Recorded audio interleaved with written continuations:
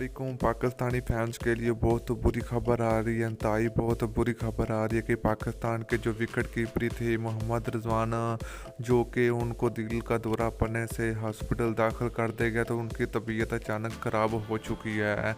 तो दोस्तों, तमाम पाकिस्तानियों को दुआ की अपील है, तमाम पाकिस्तानी फैंस से दुआ की अपील है कि आप लोग मोहम्मद रिजवान के लिए दुआ कीजिए कि अल्लाह पाक उनको सेहत दे। तो दोस्तों, क्या वजह बनी, तो वीडियो के अंदर आपको मुकम्मल तफसील आप लोगों को मिलेगी। तो दोस्तों, जैसे आपको पता कि हसन अली की गैरियत डूब चुकी है आग, तो हसन अली ने जो कि एक जीता हुआ मैच पाकिस्तान क्रिकेट टीम को हरा दिया, ऑस्ट्रेलिया क्रिकेट टीम को जितवा दिया है। तो दोस्तों, पूरे पाकिस्तान को एक बहुत बड़ा सदमा लगा है कि पाकिस्तान टीम सेमीफाइनल का एक जीता हुआ मैच हार चुकी है। तो दोस्तों, पूरे पाकिस्तान में जो कि एक गम और गुस्सा है हसन अली के ऊपर, और दूसरी तरफ दोस्तों मोहम्मद रिजवान की तबीयत अचानक बिगड़ने की वजह से उनको हॉस्पिटल मुंतकिल कर दिया गया है।